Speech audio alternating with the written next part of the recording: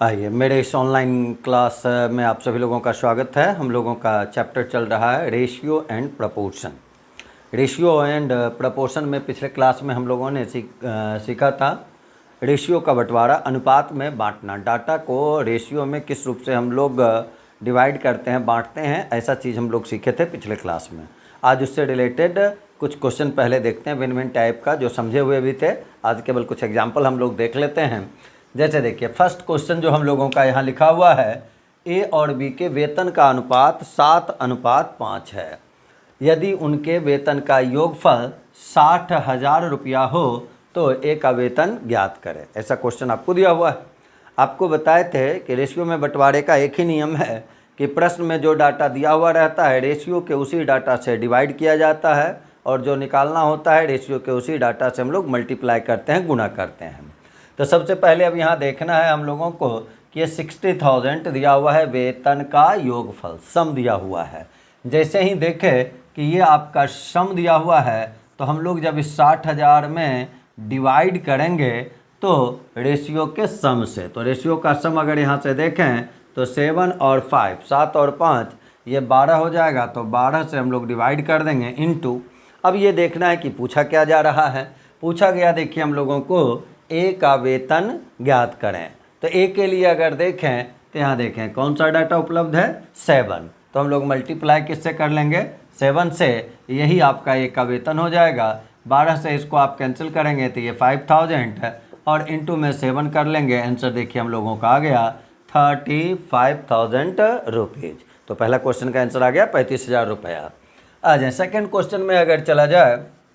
Second question में देखिए क्या कर रहा है, 3 संख्याओं का रेशियो दिया हुआ है, और यहाँ देखें क्या लिखा, तीनों संख्याओं का योगफल 341 है। फिर आपको सम दिया हुआ है, पूछा जा रहा है सबसे छोटी संख्या। हम लोग डायरेक्ट देखे लिखे छोटी संख्या इज इक्वल टू करेंगे, सम हम लोगों का 341 है, 341 है। तो अगर ये सम दिया हुआ है तो भाग करेंगे रेशियो के सम से, तो 5, 4, 9 और 2 यानी 11 से इसमें डिवाइड कर दिया जाएगा। अब अगर पूछते बड़ी संख्या बताइए, तो यहाँ सबसे बड़ा डाटा कौन है, 5, तो 5 से मल्टीप्लाई करते। मिडिल वाला नंबर पूछते तो 4 से मल्टीप्लाई करते। हमको सबसे स्मॉलेस्ट नंबर कहा गया है, छोटी संख्या कहा गया है, और सबसे छोटा वैल्यू जो यहाँ है वो कौन है, 2, तो मल्टीप्लाई कर लेंगे हम लोग 2 से। अभी 11 से अगर ये कैंसिल किया जाए तो पहले 3 फिर 1 और 31 इंटू 2 करेंगे तो आंसर हम लोगों का देखिए आ जाएगा 62। तो सबसे छोटी संख्या जो है वो कौन है, 62। उसी प्रकार तीसरे क्वेश्चन के सॉल्यूशन में हम लोग चलें तो तीसरा क्वेश्चन देखिए कह रहा है ए, बी और सी के उम्र का रेशियो दिया हुआ है, साथ ही साथ सी का उम्र देखिए दिया हुआ है 15 वर्ष। डाटा पे ध्यान देना है। हम लोगों को देखिए पूछा जा रहा है योगफल, लिख दिए योगफल बराबर, और ये 15 जो था, 15 किसका दिया हुआ है, सी का उम्र। तो जो मान दिया हुआ है रेशियो के उसी मान से डिवाइड करना है। तो अगर ये 15 सी का उम्र है तो यहाँ सी वाले में देखेंगे, डाटा में देखिए रेशियो के डाटा में क्या लिखा हुआ है, 5, तो डिवाइड कर लेंगे 5 से। अगर कहते ए का उम्र बताइए तो मल्टीप्लाई 8 से करते, बी का उम्र बताइए मल्टीप्लाई 7 से करते, ए और बी का योगफल बताइए मल्टीप्लाई 15 से करते, ए और बी का अंतर बताइए मल्टीप्लाई 1 से करते। सारा चीज़ आप सीखे हुए हैं। आपको क्या पूछा गया है, तीनों के उम्रों का योगफल। तो तीनों को अगर ऐड करेंगे तो 8, 7, 15 और 5 यानी मल्टीप्लाई आपको 20 से करना होगा, और 5 से ये कैंसिल 3 बार में करेंगे, 20 गुना 3 लिखेंगे, और आंसर आपका देखिए आएगा 60 वर्ष, 60 वर्ष। उसी प्रकार चौथे नंबर के क्वेश्चन में अगर हम लोग चलें तो चौथा नंबर देखिए जो हम लोगों को दिया हुआ है वो लिखा हुआ है कि ए, बी और सी का इनकम का रेशियो दिया हुआ है, आय का रेशियो दिया हुआ है आपको 8:5:3। फिर कहा गया यदि सी की आय बी की आय से 3600 रुपया कम है तो निकालना है ए की आय बी की आय से कितना अधिक होगा। ए की आय बी की आय से कितना अधिक, यानी ए माइनस भी निकालना है। तो इसके लिए अगर देखें तो पहले ये डाटा लिख देना है। देखिए 3600 रुपया, तो यहाँ 3600 लिख दिए, बटे में कर लें। तो ये 3600 जो था वो क्या दिया हुआ था, सी की आय बी की आय से इतना रुपया कम।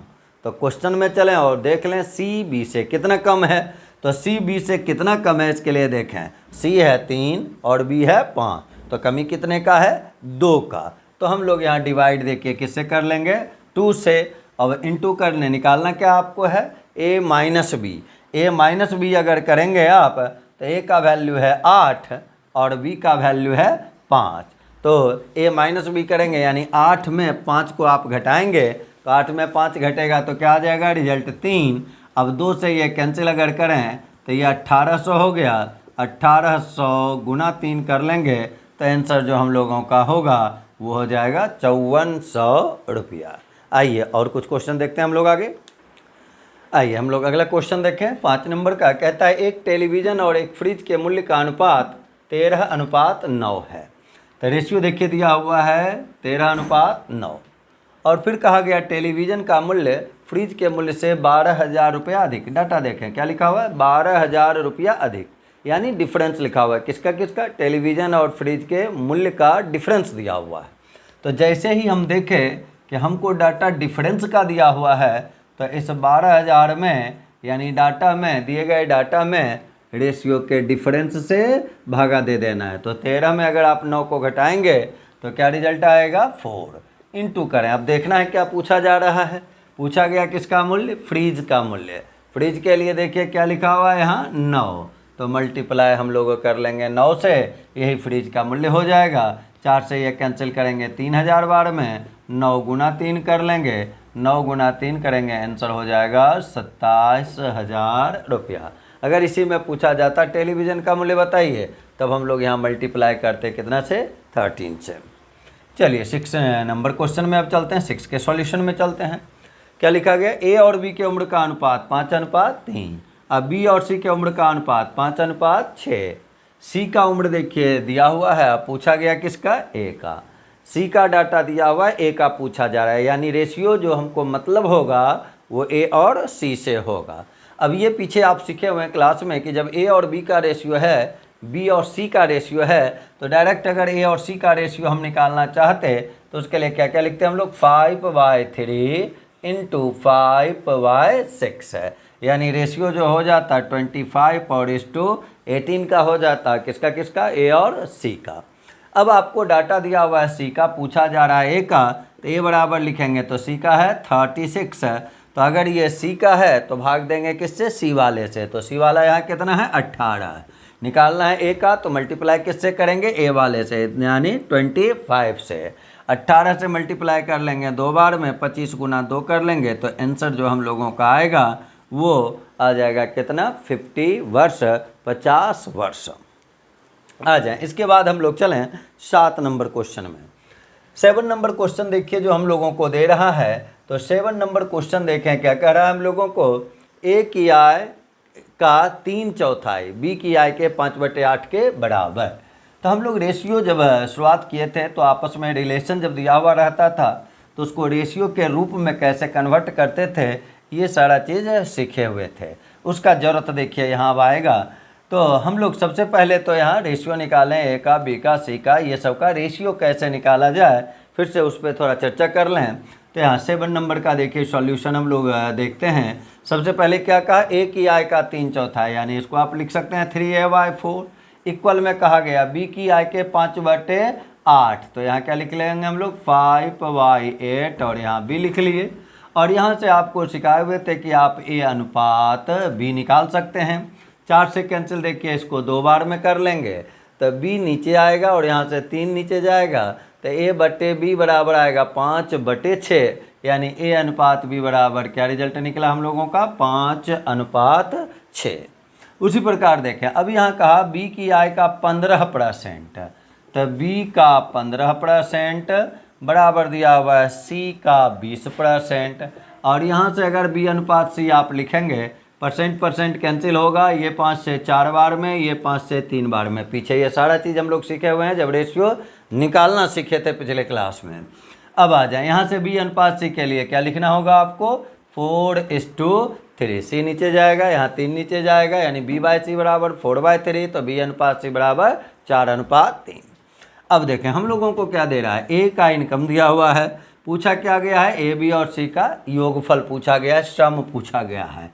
अब तो रेशियो का बंटवारा हो गया, रेशियो में बंटवारा करेंगे तो ये 40,000 जो है केवल ए का डाटा दिया हुआ है।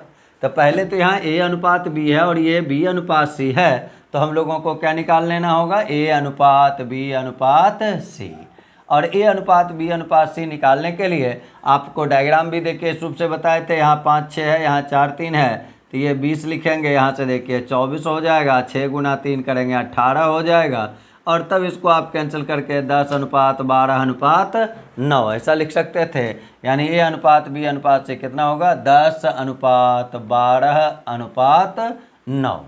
अब हम लोगों को जब ये A का डाटा है तो भाग देंगे A वाले से, यानी 10 से, इंटू करें, निकालना क्या है हमको, सम निकालना है, योगफल निकालना है, तो सबको आप जोड़ेंगे यहाँ से, तो 9 और 12 को अगर आप जोड़ देते हैं तो 21 हो जाएगा, 21 और 10 देखिए 31 हो जाएगा, 0 0 कैंसिल कर लेंगे, और अब अगर इसको हम मल्टीप्लाई कर लें तो ये 4 गुना 1 4 हो जाएगा, फिर 4 गुना 3 करेंगे 12 हो जाएगा, और तब हम लोग इसको लिखेंगे 1,24,000 रुपया।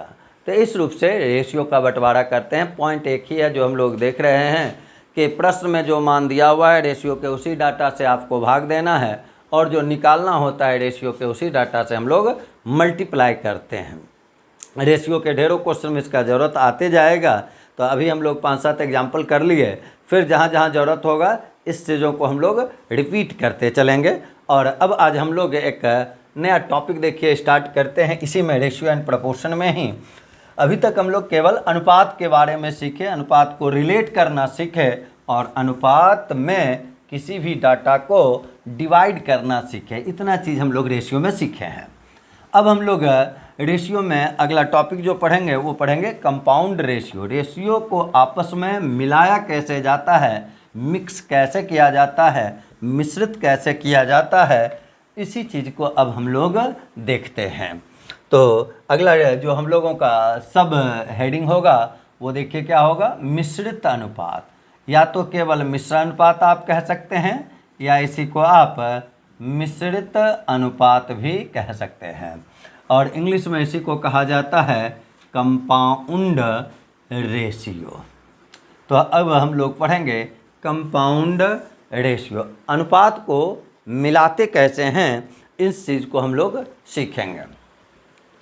इसके लिए देखें, समझने के लिए तो एक सेकंड का चीज़ है, पहले यहाँ देखें कि मिश्रित अनुपात किसको कहते हैं, जब दिए गए अनुपातों के प्रथम पदों, फर्स्ट टर्म प्रथम पदों के गुणनफल से बना परिणामी प्रथम पद, और द्वितीय पदों के गुणनफल से बना परिणामी द्वितीय पद का आप रेशियो निकालते हैं तो मिश्रित अनुपात प्राप्त होता है। ये उसका डिफिनीशन हो गया।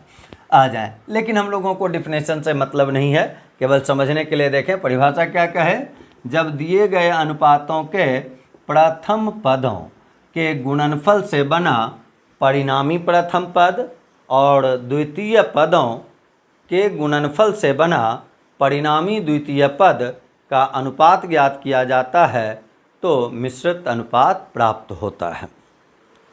आ जाए, जैसे मान लीजिए हम कहते 2:3 और 5:8 का मिश्रित अनुपात ज्ञात करें। तो यहाँ फर्स्ट टर्म, ये जो रेशियो में आप लिखते हैं तो जो पहले लिखते हैं ये फर्स्ट टर्म कहलाया, और जो बाद में लिखते हैं वो सेकेंड टर्म कहलाया, प्रथम पद, और ये हो गया आपका द्वितीय पद। तो इस रेशियो का पहला पद कौन है, 2, और इस रेशियो का पहला पद कौन है, 5। तो प्रथम पदों को अगर गुना कर देंगे तो 2 गुना 5 कितना आएगा, 10। अब सेकेंड टर्म, जितना भी रेशियो रहे, 2 रेशियो हो, 3 रेशियो हो, 4 रेशियो हो, 5 रेशियो हो, सब के फर्स्ट टर्म को मल्टीप्लाई करेंगे तो जो नया डाटा प्राप्त होगा उसको लिया जाएगा, फिर सारे के सेकेंड टर्म को गुना करेंगे और जो डाटा मिलेगा उसको लेंगे, और तब उस दोनों डाटा का जब आप रेशियो निकालेंगे तो वही कहलाएगा कंपाउंड रेशियो। तो यहाँ अगर देखें तो सेकेंड पे 8 है और यहाँ 3 है, 8 गुना 3 अगर किया जाएगा तो क्या आएगा, 24। और अब इसको अगर हम लोग रेशियो निकालें तो 2 से कैंसिल करेंगे, और देखिए ये कंपाउंड रेशियो जो होगा वो कितना हो जाएगा, 5:12, 5:12।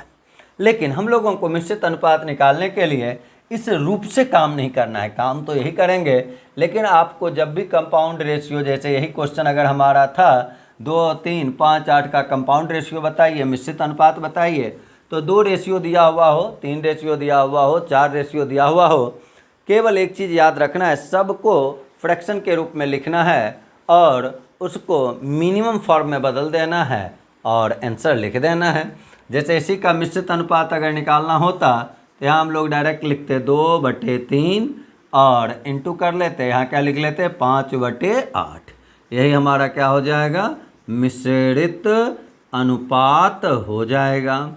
अब यहाँ से कैंसिल अगर करें, यहाँ 2 से देखिए ये 4 बार में, तो ऊपर में बच गया 5 और नीचे 4 × 3 करेंगे तो 12 हो जाएगा। तो आंसर जो आप लिखेंगे 5:12, 5:12। अगर 2 से ज़्यादा रेशियो भी रहा, मान लें सेकंड क्वेश्चन देखिए करते हैं। सपोज करें आपको अगर हम दे दें कि 8:5 है, फिर कोमा दे दिए 10:13 है, फिर कोमा दे दिए देखिए 26 और अनुपात में लिख दिए 24 और तथा कर लेते हैं और यहाँ लिख लेते हैं 3:2 और इसका आपको कहते कि मिश्रित अनुपात ज्ञात करें, कंपाउंड रेशियो ज्ञात करें। आ जाए, अगर परिभाषा के अनुसार काम करते तो सारे के फर्स्ट टर्म को लेते, यानी 8 को लेते, 10 को लेते, 26 को लेते, 3 को लेते, मल्टीप्लाई कर लेते, फिर 5 को लेते, 13 को लेते, 24 को लेते, 2 को लेते, मल्टीप्लाई कर लेते और उसका रेशियो निकाल लेते। यही हम लोगों का कंपाउंड रेशियो हो जाता। लेकिन हम लोग काम तो यही करेंगे, सेम टू सेम, काम में तो कोई बदलाव नहीं है, लेकिन तरीका थोड़ा सा हम लोग यहाँ से बदलेंगे कि जैसे ही देखें मिश्रित अनुपात तो पहले सबको हम लोग इस रूप से फ्रैक्शन के रूप में लिखेंगे। 8/5 यहाँ लिखेंगे, 10/13 यहाँ लिखेंगे, 26/24 यहाँ लिखेंगे, 3/2। और अब जो डाटा कैंसिल है उसको कैंसिल करेंगे हम लोग। 5 से ये कैंसिल किया जाएगा तो ये 2 बार में कैंसिल हो जाएगा। फिर अगर देखें हम लोग तो 13 से ये कैंसिल अगर आप करेंगे तो भी 2 बार में हो जाएगा। 2 और 2 देखिए आपस में कैंसिल हो जाएगा। फिर यहाँ से 2 से कैंसिल अगर इसको करें तो ये 12 बार में हो जाएगा। फिर इसको कैंसिल किया जाए 4 से 3 बार में और ये 4 से 2 बार में। अब यहाँ से मल्टीप्लाई अगर करेंगे तो ये देखिए 2 बचा हुआ है और यहाँ 3 भी देखिए ये आपस में कैंसिल ही हो जाएगा। तो ऊपर में आपका केवल 2 है और नीचे नहीं कुछ तो देखिए 1 आ गया, तो 2/1 लिखेंगे या आंसर के रूप में हम लोग क्या लिखेंगे इसको, 2:1। यही हो गया मिश्रित अनुपात का कहानी कंपाउंड रेशियो का। अब इसी में 1-2 चीज़ हम लोगों को अलग तरीके से देखना है। जैसे मिश्रित अनुपात अगर हम लोगों को निकालना है और सपोज करें अब दे देता हमको कि 5:3 है और 5:3 है, 2 बार सेम ही रेशियो दे देता, 5:3 और 5:3। इसका मिश्रित अनुपात अगर पूछा जाता तो कहानी तो हम लोगों का सेम है, 5:3, 5:3। तो जैसे अभी काम सीख रहे थे उसी प्रकार से यहाँ भी हम लोग काम करते। तो इसका मिश्रित अनुपात निकालते 5/3 × 5/3 कर लेते और आंसर हम लोगों का देखिए 25:9 हो जाता। लेकिन अगर इस रूप का क्वेश्चन दिया जाता है तो आपको ये नहीं कहा जाता है कि 5:3 और 5:3 का मिश्रित अनुपात बताएं। इसमें देखिए क्या किया जाता है कि ये जो हम लोग सेम डाटा को मल्टीप्लाई किए तो इसको अगर हम लोग चाहते तो यहाँ 5/3 का स्क्वायर लिखते। ये स्क्वायर इसी को आप वर्ग कहते हैं, तो वर्ग कहते हैं तो इसको बोला जाता है वर्गानुपात। यानी आपको इस तरीके से ये क्वेश्चन को नहीं पूछेगा और डायरेक्ट आपको लिख दिया। अब यहाँ से देखिए इसी का हम लोग पार्ट पढ़ लेते हैं, नंबर 1 करके नोट करके पॉइंट देखिए कर लेते हैं कि अगर हमको देता है यदि अनुपात A:B है, या डायरेक्ट इसको इस रूप से लिख लेते हैं। रेशियो देखिए हम लोगों का क्या है, A:B, तो डायरेक्ट कह देगा A:B का वर्गानुपात। इंग्लिश में इसको कहा जाता है डुप्लीकेट रेशियो। इंग्लिश में इसको कहेंगे हम लोग डुप्लीकेट रेशियो क्या होगा।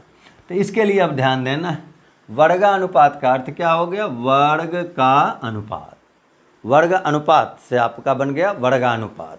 तो ऐसे क्वेश्चन में डायरेक्ट देख लेना है कि जो नाम दिया हुआ है उसी के अनुसार काम कर देना है। अगर वो लिखा वर्ग तो हमको लिख देना है वर्ग। तो A का अगर वर्ग करेंगे तो क्या हो जाएगा A² और B का वर्ग करेंगे B²। तो आंसर जो हम लोगों का होगा वो कितना होगा, ए स्क्वायर अनुपात बी स्क्वायर। यानी ए अनुपात बी का वर्गानुपात पूछा जाए तो क्या लिखा जाएगा, ए स्क्वायर अनुपात बी स्क्वायर।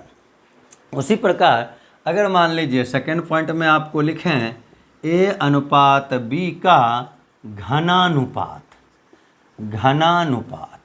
घनानुपात को लिखते हैं हम लोग ट्रिप्लिकेट रेशियो, ट्रिप्लिकेट रेशियो। अब घनानुपात सब नाम से देखिए क्लियर है। घनानुपात का अर्थ क्या हो गया, घन का अनुपात, तो घनानुपात कहला जाएगा। तो ए का घन अगर करेंगे तो वो क्या हो जाएगा, ए क्यूब। बी का घन करेंगे तो क्या हो जाएगा, बी क्यूब। तो घनानुपात में आप क्या लिख लेंगे, ए क्यूब अनुपात बी क्यूब। उसी प्रकार सपोज करें, अब इसका देखिए एक उल्टा अगर लिया जाए तो पूछ देते आपको ए अनुपात बी का वर्गमूलानुपात क्या होगा। तो वर्गमूलानुपात, इसी को इंग्लिश में अगर कहा जाता है तो इसको हम लोग बोलेंगे सब डुप्लीकेट रेशियो। तो वर्गमूलानुपात अगर करेंगे तो यहाँ से क्या देखना है हम लोगों को, वर्गमूल, वर्गमूल स्क्वायर रूट, तो स्क्वायर रूट निकाल दें। तो ए का स्क्वायर रूट, तो यहाँ से हम लोग आंसर के रूप में लिखते हैं तो क्या क्या लिखते हैं, रूट ए अनुपात रूट बी। तो आंसर हम लोगों का देखिए होगा कि ए अनुपात बी का वर्गमूलानुपात क्या हो जाएगा, ए अनुपात बी। उसी प्रकार इसका अगर अपोजिट ऑर्डर में चलें हम लोग तो ए अनुपात बी का क्या पूछा जाएगा हम लोगों से, घनमूलानुपात, घनमूलानुपात। इसी को इंग्लिश में क्या कहेंगे हम लोग, सब ट्रिप्लिकेट रेशियो, सब ट्रिप्लिकेट रेशियो। तो इसके लिए क्या लिखेंगे, क्यूबिक रूट ए और अनुपात क्यूबिक रूट बी होगा। अब इसके लिए हम लोगों को देखा जाए क्वेश्चन कैसे बनाया जाएगा, वो आप डायरेक्ट अब यहाँ से सब कुछ देख के लिखा हुआ है पॉइंट के रूप में, फार्मूला के रूप में आप इसको ध्यान में रख सकते हैं। ए अनुपात बी का वर्गानुपात ए स्क्वायर अनुपात बी स्क्वायर, रटने का चीज़ नहीं है, नाम जैसा रहेगा वैसा काम करेंगे। एक दो एग्जाम्पल मौखिक हम लोग देखें। सपोज करें आपको कहते 2 अनुपात 3 का वर्गानुपात बताइए, तो 2 का वर्ग करते तो 4 हो जाता, 3 का वर्ग करते 9 हो जाता, तो आंसर लिख लेते 4:9। सपोज करें इसका घनानुपात पूछते तो 2 का क्यूब देखिए 8 हो जाता, 3 का क्यूब 27 हो जाता, तो घनानुपात में क्या हो जाता है, 8:27। उसी प्रकार मान लें लिखते 25 अनुपात 16 का वर्गमूलानुपात बताइए, तो 25 का वर्गमूल निकालते 5 हो जाता, 16 का वर्गमूल निकालते 4 हो जाता, तो आंसर हम लोगों का 5:4 हो जाता। फिर मान लें 729 और 125 का कहते घनमूलानुपात बताइए, तो 729 अगर देखें तो इसका घनमूल 9 हो जाएगा और 125 का 5 हो जाएगा, तो आंसर क्या लिखा था, 9:5। तो ये कहानी था हम लोगों का कंपाउंड रेशियो का, मिश्रित अनुपात का। अब मिश्रित अनुपात के बाद हम लोग अगला चीज़ देखेंगे विलोमानुपात।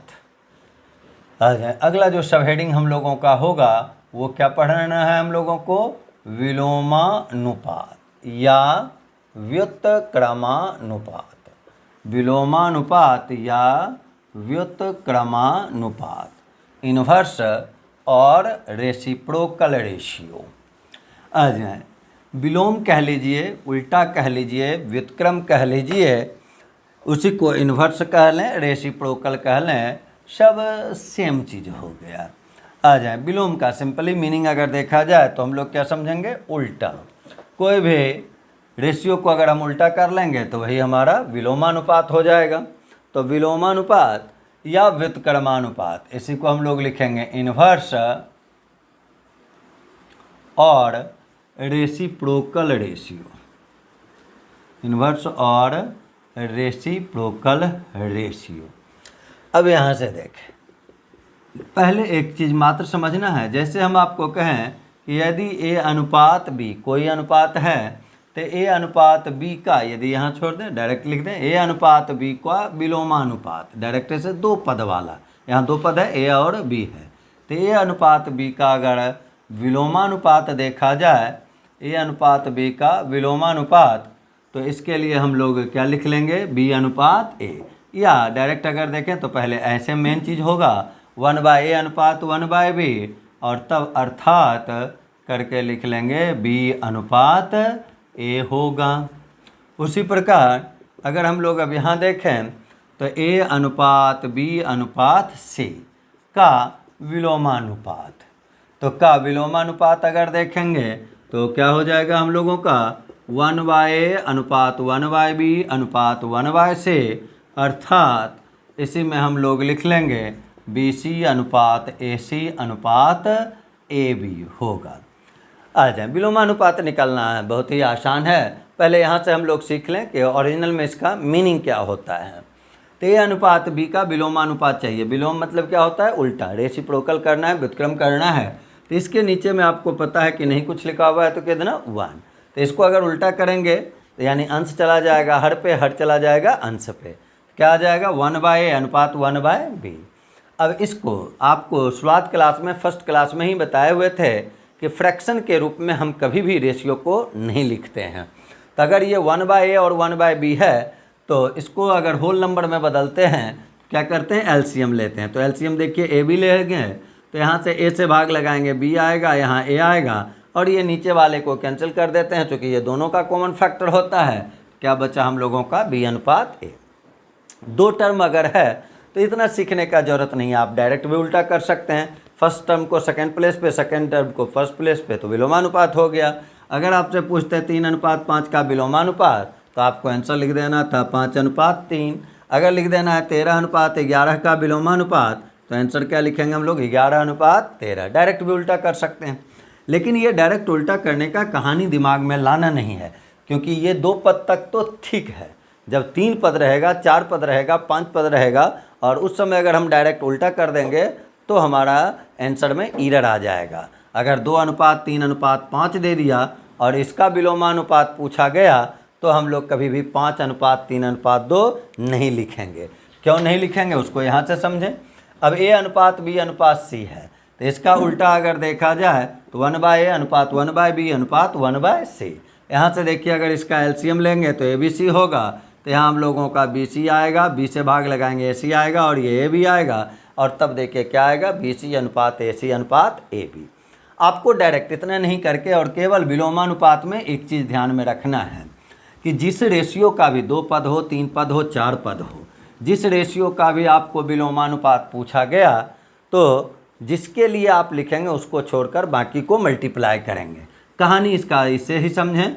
2 के लिए अगर हम लिख रहे हैं तो 2 को छोड़ेंगे तो 3 लिखेंगे, 3 के लिए यहाँ 2 लिखेंगे, आंसर हुआ 3:2। सपोज करें अब 3 पद वाला रहता 2:3:5, तो 2 के लिए अगर लिखेंगे तो 2 के लिए 2 को छोड़ देना है, बाकी को मल्टीप्लाई। 5 × 3 देखिए क्या हो जाएगा, 15।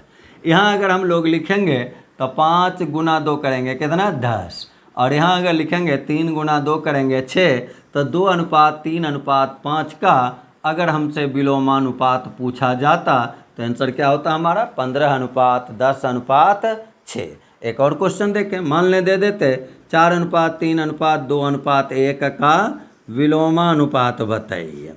तो विलोमानुपात के लिए क्या चीज़ हम लोग सीख रहे हैं कि जिसके लिए लिखेंगे पहला टर्म, दूसरा टर्म, तीसरा टर्म, उसको छोड़कर बाकी को मल्टीप्लाई। जैसे 4 के लिए लिखे तो 3 × 2 × 1 करेंगे 6 हो जाएगा।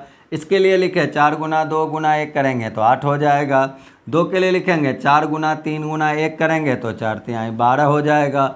और इसके लिए लिखेंगे तो 12 × 2 करेंगे तो ये 24 हो जाएगा। कॉमन फैक्टर आएगा तो वो हटेगा, वो कहने का ज़रूरत है नहीं। तो आंसर देखिए अगर 4:3:2:1 का विलोमानुपात पूछा जाता क्या होता, 3:4:6:12।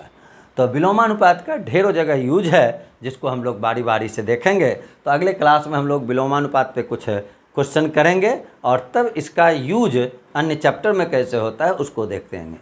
धन्यवाद।